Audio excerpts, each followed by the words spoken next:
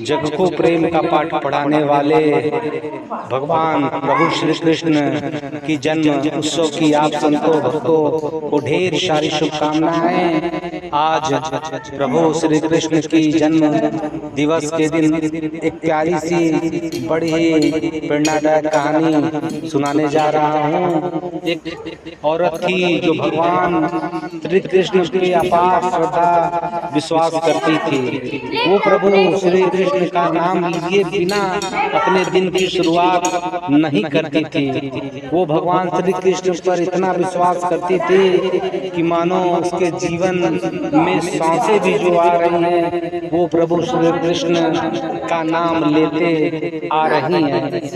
वो थोड़ी गरीब थी और गरीबी के दिन ऐसे आए कि 3-4 दिन तक उसके परिवार को कुछ भी खाने को नहीं मिले।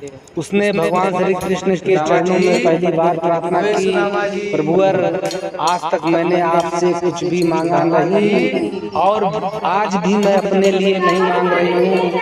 मैं 3 दिन से मेरा पूरा परिवार भूखा है, मैं भूखी रह सकती हूँ, मेरे पति भूखे रह सकते हैं, लेकिन मेरे छोटे छोटे बच्चे हैं उनकी भूख मुझसे देखी नहीं जाती। इसलिए प्रभु आज जरूर कुछ कृपा करो, कुछ चमत्कार करो ताकि मेरे बच्चे आज कुछ खा लें।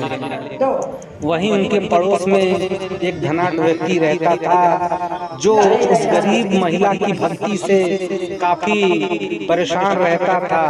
अक्सर आपने देखा होगा जो इंसान भक्ति करता है संसार उसके पीछे अनायास ही लग जाता है। जब उसे पता चला कि इस महिला की बुरी दशा चल रही है तो अपने सेक्रेटरी को बुलाया और कहा कि ले जाओ 1 महीने भर का राशन उस महिला को दे दो और जब वो महिला पूछेगी कि किसने दे दिया है तो तुम कहना शैतान ने दिया है। तब उस सेक्रेटरी ने पूछा, अरे ऐसा क्यों कहूँगा कि शैतान ने दिया है? तब उस सेठ ने बताया कि मैं उस महिला को भगवान श्री कृष्ण की भक्ति से दूर करना चाहता हूँ, इसलिए मैं ये भोजन शैतान के नाम पर भिजवा रहा हूँ।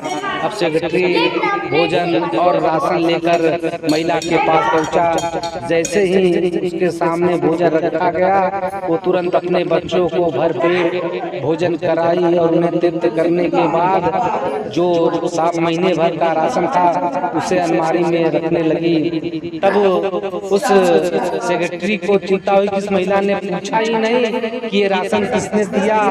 तो उसने उस औरत से कहा कि आपको जिज्ञासा नहीं होती कि आपको ये राशन किसने दिया?